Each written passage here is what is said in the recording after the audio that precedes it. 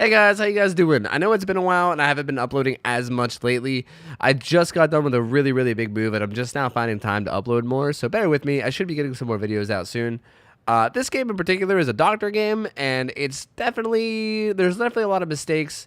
He especially struggles with flashlights, so if you're someone that struggles with flashlights too, this video is going to be really good for you. Let's just hop right in and check it out. Let's go.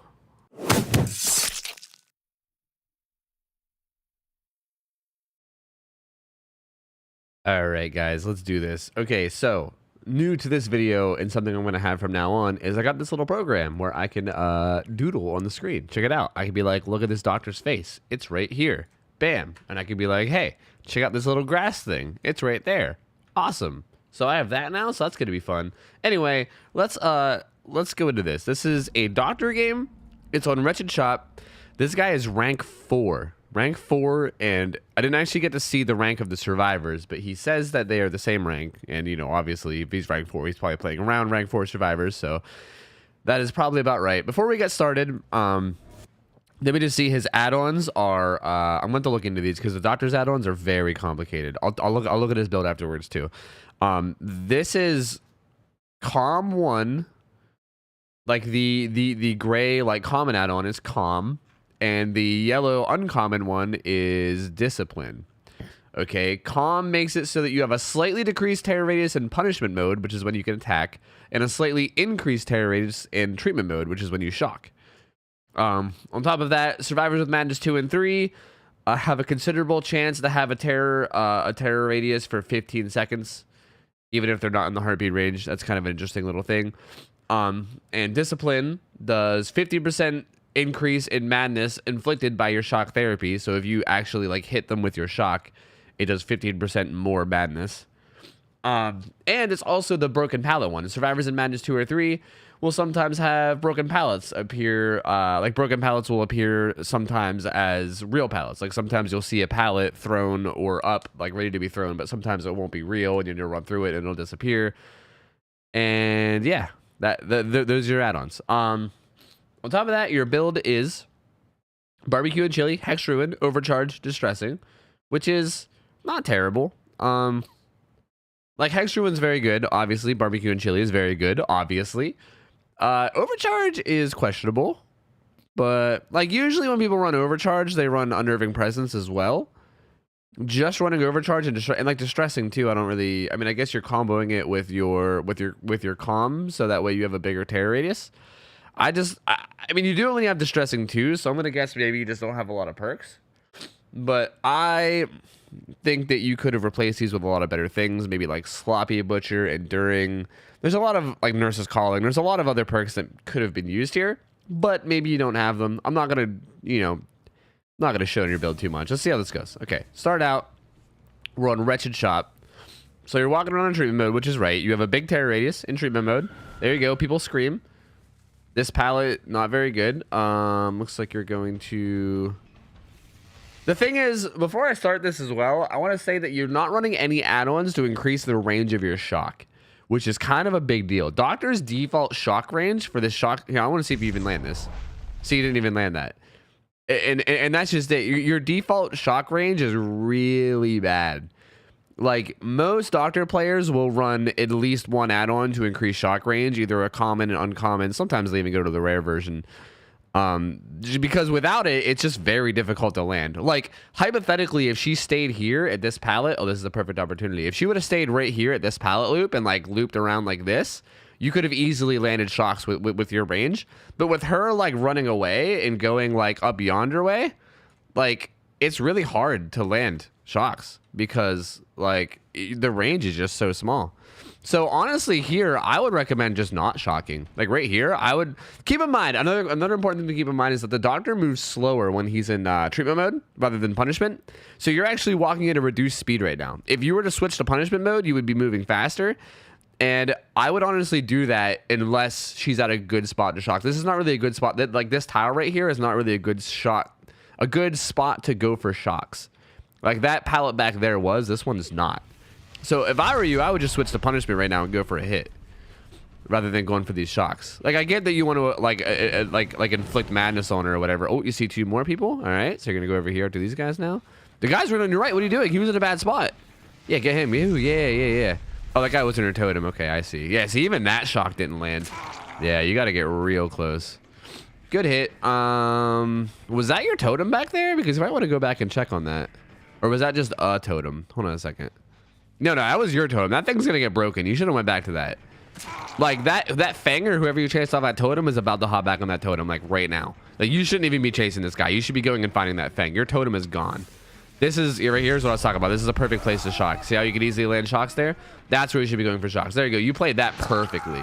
That was perfect. The only thing I think you maybe could have done differently is try to bait his dead hard. No, you couldn't even bait his dead hard, though, because he would have thrown the pallet if you did. So that was really good. Kicking this gen's kind of unnecessary, and there's the totem that you lost. See, that was a big mistake. That was a pretty big mistake. Like, Hex Ruin is such a big deal that, like, if you know that someone saw it, they're going to be tunnel visioning it. You should have went and chased that guy off. That's probably going to be a big deal this game, because now they're free to just slay the generators.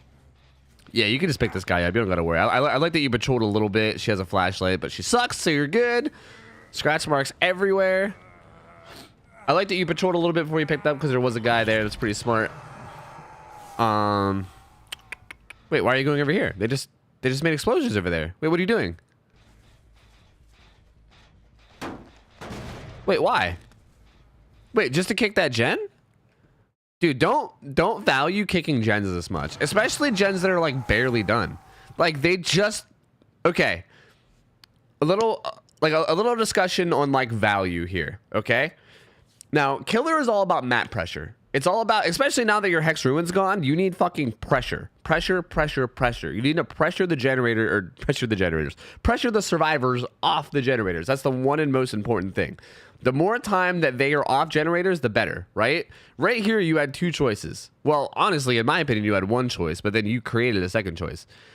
Like, they are on a generator over there. They failed a skill check. There was one, if not two of them. They might have both been there because there were scratch marks. Like, whenever you came back, there were scratch marks. Here, I'll show you. Here. Hold on. You picked this guy up, and as you were carrying him to the hook, there were scratch marks. Like, okay, there's a guy right there, right? Right there's a Meg. And as you're carrying, look at all these scratch marks. I think the Fang is literally right to your right. I'm pretty sure he's at the pallet to your right. I think it's the Fang. There's definitely a survivor there. So there's two survivors over there. Two. Okay? So right here, you have the opportunity to put this guy on a hook and go over there and pressure on two different survivors. That would be three survivors pressured. The guy on the hook isn't doing gens. You'd be chasing the other two survivors, so they wouldn't be doing gens momentarily. I mean, one of them would probably break off and go do a gen.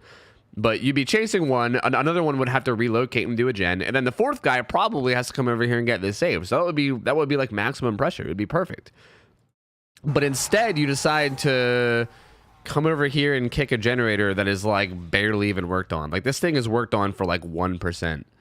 Like I feel like this is a big mistake that I see a lot of killers making, where they really prioritize gen kicks, and it's really weird. Gen kicking is like, I know you have overcharge, but even with overcharge, this is like, this gen's barely touched. You're not getting any value out of this. You're gonna get way more value out of going over there and chasing those guys, you know? And keep in mind, overcharge skill checks aren't that hard to hit. Like if your idea behind it is like, oh, I'm gonna kick the generator, that way the next time they go and touch it, I'll be able to know that they're doing it. Especially at high ranks, like experienced survivors don't really struggle with hitting overcharge skill checks, unless you have unnerving presence too. If it's just overcharge, it's not that bad. So that was definitely a mistake. It's not like a huge mistake, don't get me wrong, but you could have saved yourself some time and got some more pressure. This Nia's got sprint burst. Yep. Pretty good play, though. You shocked her, then you chased her away. You should be able to get a hit here. Bam. Ooh, she didn't drop the pallet. She's smart. Nice. Actually a pretty decent survivor. And she's the obsession. Bummer. All right, so you're going to leave that and go back to the hook, which, good call, because they just unhooked. All right, smack the Meg. Beat that Meg, too. Nice. Pressure. Nice. That's good map pressure. All four people are injured. That's really good. All right. Just throwing the pallet. That's getting pallets out of the map. No biggie. Yeah, she's just throwing every pallet. That's fine. These pallets are very strong, so you getting them out of the way early is kind of good. She's healing at that pallet to the right. You can hear her. Here, you might want to go for some shocks, man. Like, this Meg is a pallet camper. This is kind of a thing where, as killer, it's really good to like identify who you're chasing. This Meg is clearly like, she doesn't really loot pallets. She kind of just throws them. Like, as you can see, like she's sort of loops, right? Like she kind of looped around here a little, but she like barely loops. She basically just runs up to a pallet and throws it every time.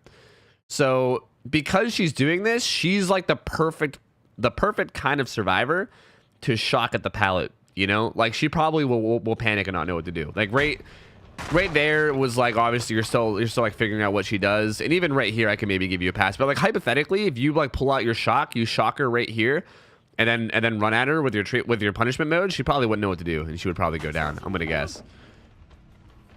Like, you can tell she's not the best at playing pallets.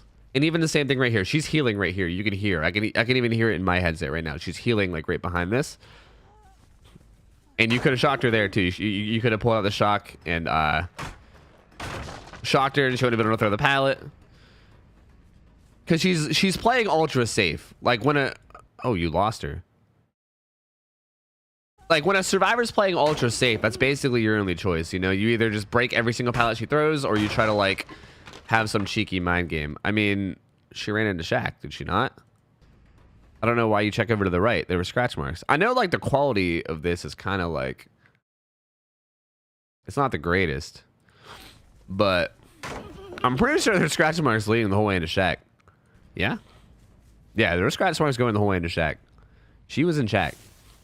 Oh yeah. Oh yeah, there she is. See, there you go. Now you're going for the shocks. You chase up that right there. You're gonna switch to punishment. I mean, you still can. I'm pretty sure you'll get this. Yeah. There you go. There. She's running into the middle of nowhere. Yeah, that's exactly right. There's exactly my point. You shocked her at God Pallet, like right here at God Pallet. You came at her with a shock, and she just fucking panicked, dude. She panicked and ran out. I'm surprised she didn't throw it, to be honest. She just like panicked and ran out to the middle of nowhere. There's nothing out here. It's a dead zone. So, all right, good job. Caught her. Down she goes. Got to hurry up and hook her and get on other people because they're probably on gens this whole time. Ooh, okay, you got to watch out for flashlights. That Meg went for a flashlight save earlier, and now this Nia is. So from here on out in this match, you got to make sure that you're self-aware about flashlights. As a matter of fact, now that you're aware that two of them are going for flashlight saves, this should be an easy 4K, to be honest with you. And I'll tell you how later whenever we get to situations where you can do it. Now that you know for sure they're going for it, this should be, like, if you know what you're doing, pretty much an easy 4K. This is... Ooh, there's a David right there. Dude, there was a David right there. Did you not see him? He was right there. Didn't you see his glorious back muscles?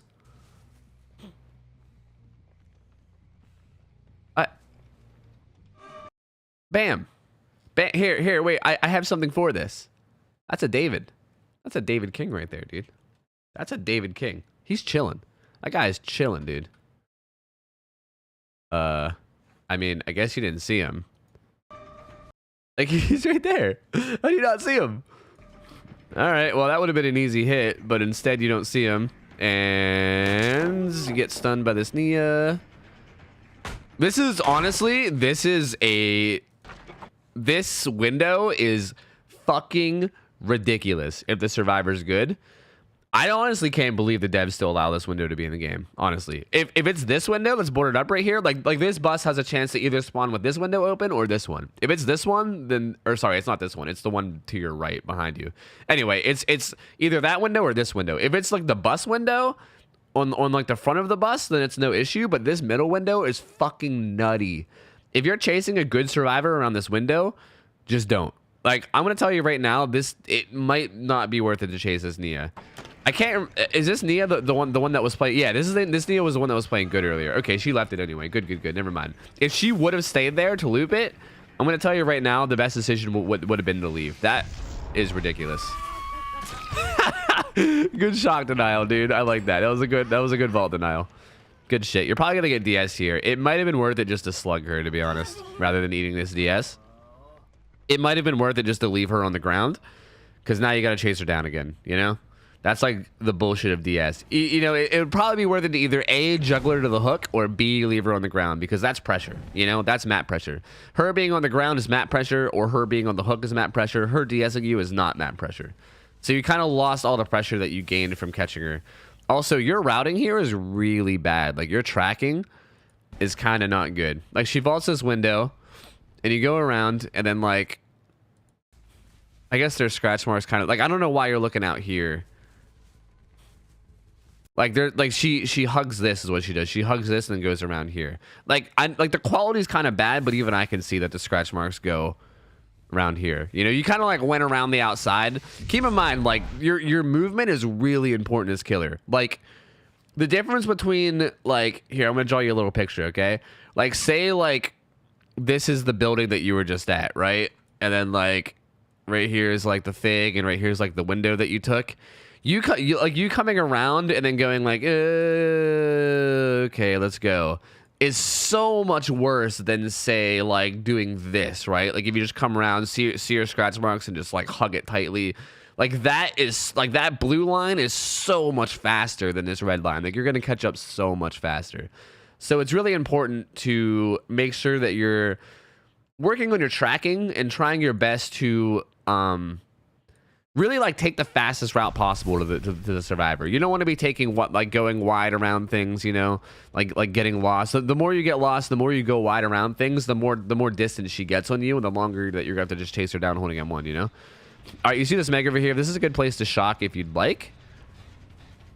But you're just gonna, ooh, the pallet respect.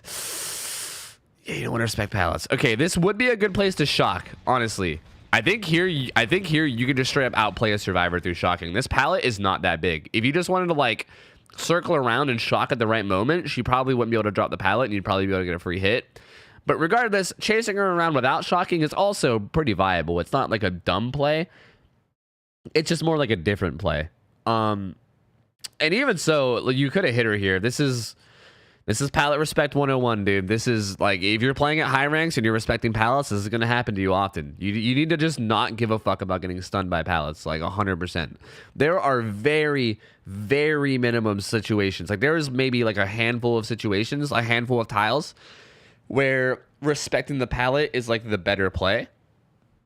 But it's so rare that like as a golden rule of thumb, especially if you're learning the game, you don't ever want to respect pallets. And what I mean by respecting pallets, for the record, if you don't know what I mean, it's literally what you did right here. Like you're anticipating her dropping the pallet to stun you, and instead of, you know, just holding W and trying to hit her, you like back up or go to the side to try to avoid the stun, right? Like right here, you're like, nope, no stun. And even though it's only a second, that second gives her an extra loop. Like that gives her a safe loop where she can do another loop. Whereas if you would have just went through it, you know, like that's her basically anticipating you respecting the pallet. She's like anticipating you making a mistake and punishing it. But if you can anticipate her doing this, then you get a free hit. Like if you would have just held W here and went through that pallet, that's a free hit right there. That's a free hit. But instead you respected it. She gets a free loop, and now you get, wow, you actually got a hit anyway. Okay, well, she's just bad. I don't know what to say about that. You shouldn't have got a hit there because she should have been able to throw that pallet. She like walked up.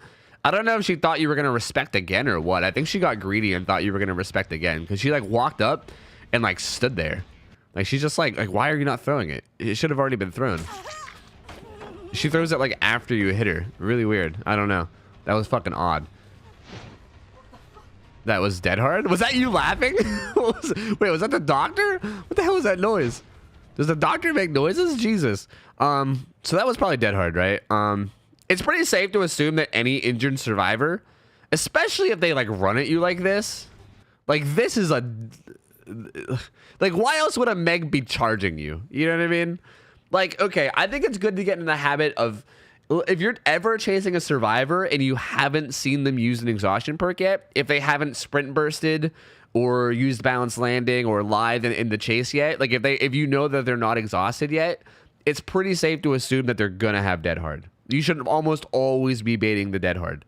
And what I mean by baiting the dead hard is don't swing until they use it, basically. Like, even if you're chasing her from behind right now, you shouldn't be swinging until she dead hards. You want to bait her into using her dead hard in fear and then swing, rather than swinging and missing during her dead hard, like kind of like you did right here. And especially with her like running at you like this. Like she's straight charging you like a bull, dude.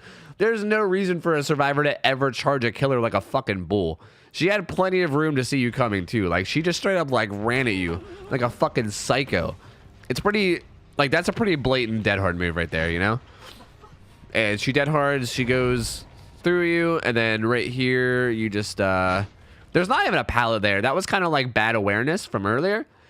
Earlier you chased around that that other Meg, the hoodie Meg that was dropping pallets like crazy over here, and that pallet was already gone. So I think you swung here thinking that the pallet would be there, and it wasn't. Honestly, that swing was just barely short, so it's kind of a bummer. But I think you're gonna catch her anyway. There's nothing here.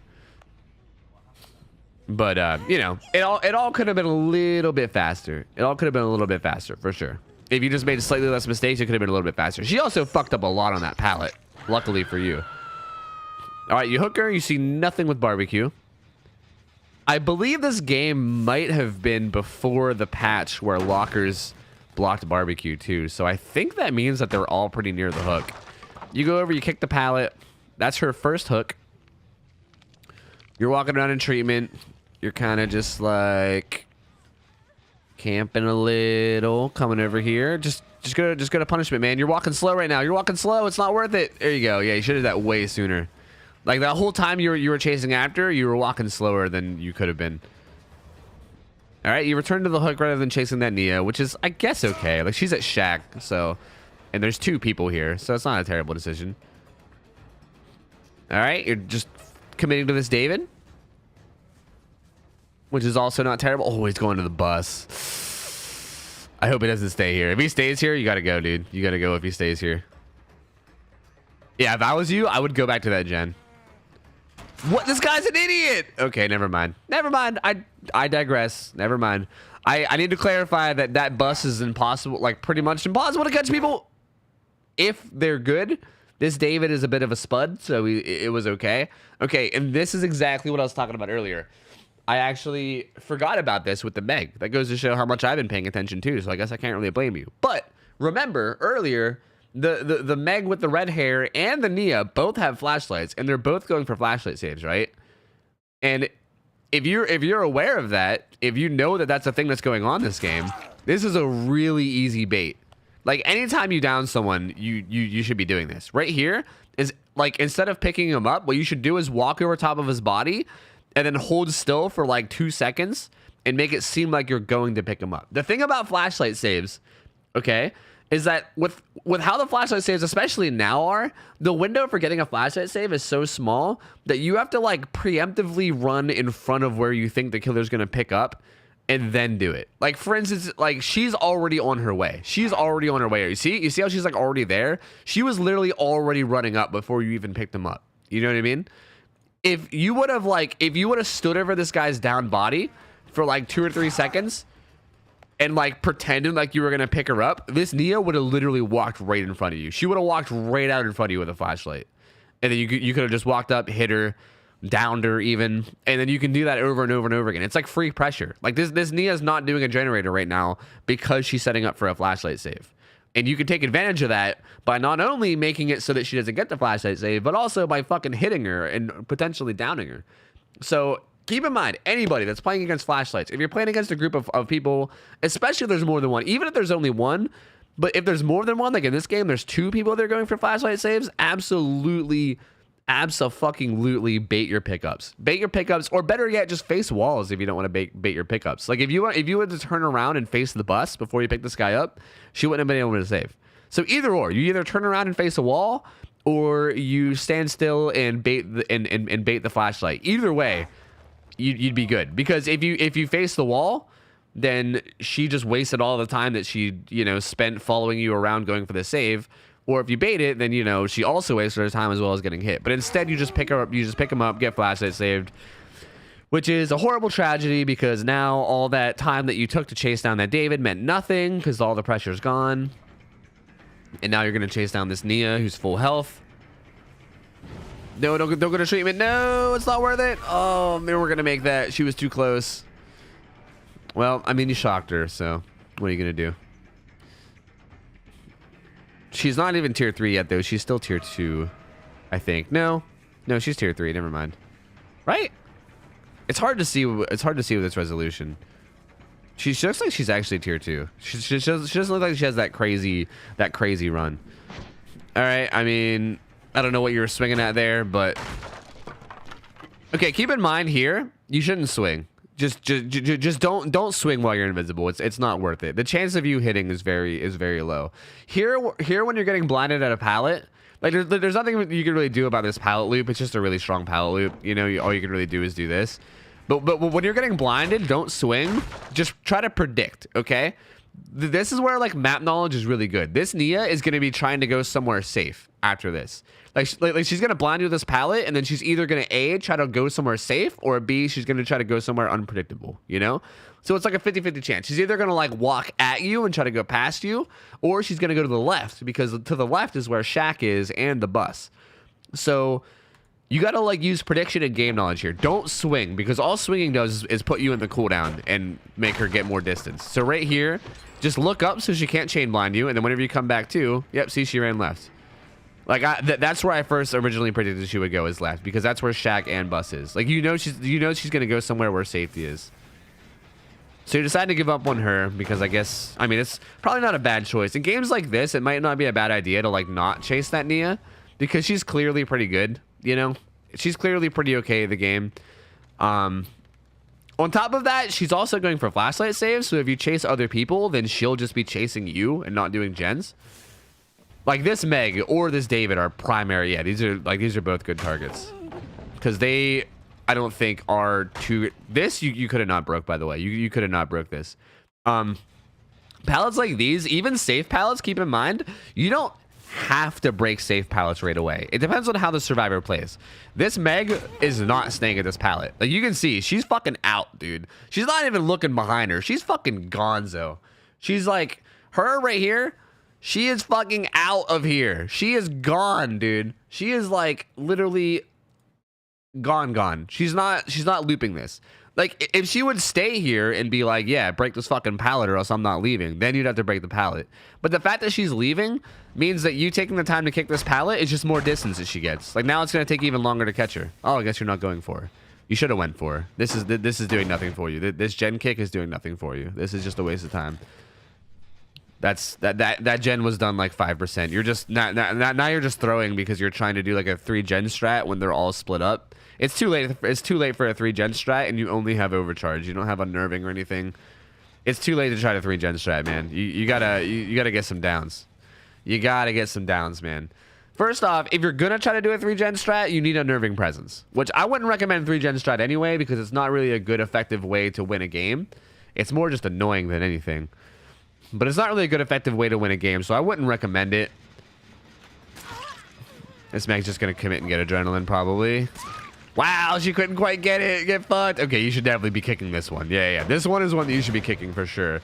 She was trying to commit and get adrenaline. That didn't reach? That's such a bummer. There's a Nia right there.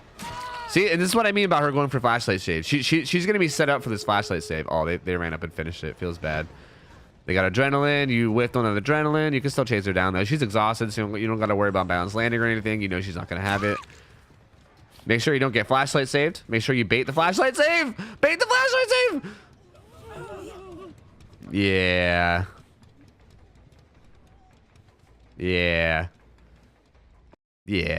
I mean, this is a primary example of just not.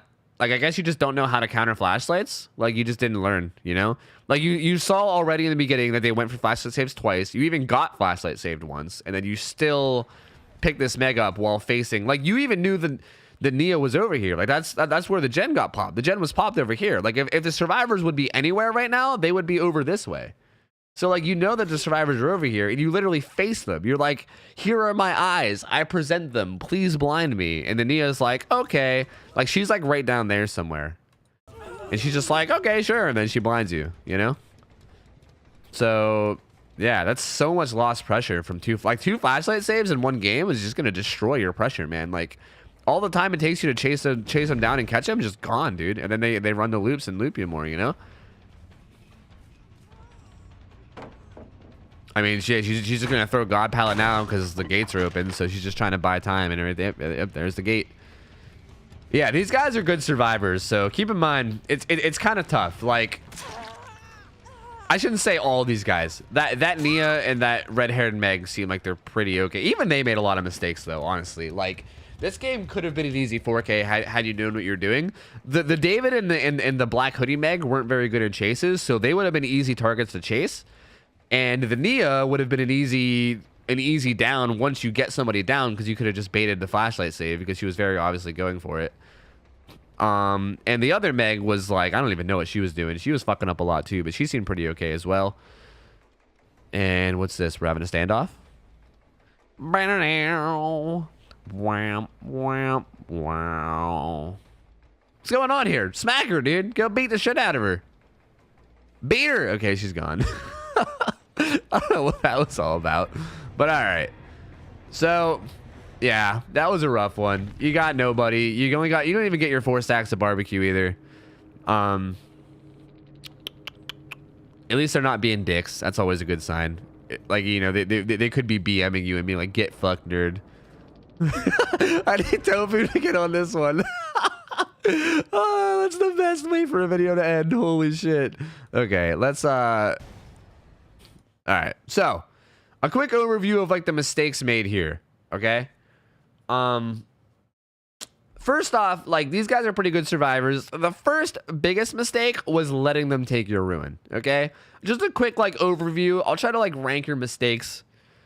The first biggest mistake is probably like letting them take your ruin when you knew that they were there, man. Like that one was like you literally chase this guy off your ruin, right? Like that Nia knows where your ruin is, and you like commit to this chase in this David. You should be smacking this David and then immediately you turning back to that totem, because that Nia is not gonna leave that totem. She's gonna hover around that totem and see if you leave. If you leave, she's gonna break it. If you come back, then you can chase her. Is what's gonna happen. So you should be immediately going back to that totem and saving that shit. That was your first mistake.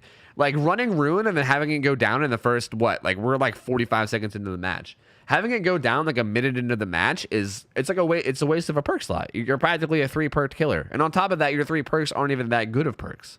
Like aside from barbecue, like the other 2 are very meh. So then you become like a very naked killer. You don't have anything going for you, you know? You don't have very many good add-ons right now either. So like you're kind of like, your ruin's very important here. You could have stalled it and kept it up longer. On top of that, the second biggest mistake I would say is the flashlight saves. Obviously, like getting flashlight saved twice in one game is fucking yikes, dude. Like you gotta be playing out of your mind, or the survivors have to be playing like absolute potatoes for you to like be able to do well while getting flashlight saved twice in one game. On top of that, you could have, like I said, like once you realize that they're flashlighting, you could use that to your advantage and take advantage of their overly altruistic plays and beat the shit out of them and get a bunch of free map pressure because of it. So in the future, definitely look into the counterplay of flashlights. I have a whole flashlight video if you guys want to look into it. It's slightly out of date, but the general strategy is still there that you can follow. The only thing that's out of date is really like the flashlight save timing, where I teach people how to get the flashlight save timing. I'll update it in the future. But anyway, you can check that out if you guys want to see more, like, you know, exactly how to counterplay flashlights. But I mean, yeah, that's probably your second biggest mistake. You lost so much map pressure from getting flashlighted. And then on top of that, you just make a bunch of little mistakes like throughout the game. Like obviously nobody is ever going to play a game where they make 0 mistakes. That's just like practically impossible, but you should definitely try to work on making the least amount of mistakes as possible. There was a lot of times where you got lost tracking people and you kind of like go a weird route rather than chasing them straight on, and they make more distance on you. There's a lot of times where you like decommit on chases to kick gens, which is very bad. Kicking gens is not really worth it, honestly. Like the only gen kick I think I agreed with in this whole match was the very end, on like the very last generator that was almost done. That was like the only one I think I have agreed with like on this whole match. Maybe there was a couple more throughout the match that were okay, but honestly, like they were all really bad. And I mean, these guys did play good. They were well coordinated and stuff, but you still definitely could have 4K'd this easily had you taken advantage of the flashlights. I mean, all around though, like not too bad. I would say you definitely got a lot to work on. Don't respect pallets. If survivors using flashlights, make sure you look out for it and take advantage and counterplay it. Protect your hex ruin better if you know someone's there. And honestly, I would also say change up your perks, man. I don't know how attached you are to overcharge. Overcharge isn't exactly too bad. Distressing's in my opinion, kind of a waste, especially if you're not running unnerving. If you're running unnerving too, then sure, distressing. But without unnerving, like distressing is kind of a waste. Like, what's it really do for you? It makes your tear radius a little bit bigger in treatment, but that's not really that big of a deal. Like, you already have calm. You already have a 32-meter radius, plus calm is probably boosting it up to probably like a 36 or something. So it's not really that big of a deal. I don't think you need it. I would replace those with, I don't know, Nurse's Calling, maybe Enduring, maybe. There's a lot of different Sloppy Butcher. There's a lot of different stuff that you can replace it with that'll help you out. Even like Spirit Fury, you can replace it with Enduring Spirit Fury. Bam. Then all those times that the Meg was just camping pallets, you'd be breaking those pallets with your fucking face. It would have been perfect. But anyway, I think that's all I got to say. Thank you for submitting, man. I appreciate it. I know it's not easy to submit games that you get absolutely wrecked on. I know a lot of these videos have really harsh comments too, which, by the way, chat, sorry, I'm too used to streaming on Twitch. By the way, guys, if you guys are reading and you guys are like, oh my God, this guy is so bad, just, can you do me a favor and just like shut up? Can you just shut up? I don't understand why everyone has to shit on gameplay. It's so weird. I don't get it. Like, I appreciate you taking the time to submit this. I know it's not easy to like submit footage that you get wrecked on. You know, it's not easy for anybody. I don't know why everyone's got to be dicks. It's so weird. It's so weird. I mean, the whole point of this is to help people improve. I'm not looking for games that are impressive. I'm looking for games that are bad. So do me a favor and like, could you kindly please not be dicks in my gameplay review comments? Please. I know it's probably asking a lot from YouTube, but I'm going to ask it, all right? Do me that favor. Anyway, that's all. Thank you for submitting. Hopefully you learned something from this. Hopefully anybody learned something. Anybody that's struggling from flashlights can probably learn a lot from this. And yeah, that's about it. Thank you guys all for watching. Thank you for submitting. We out.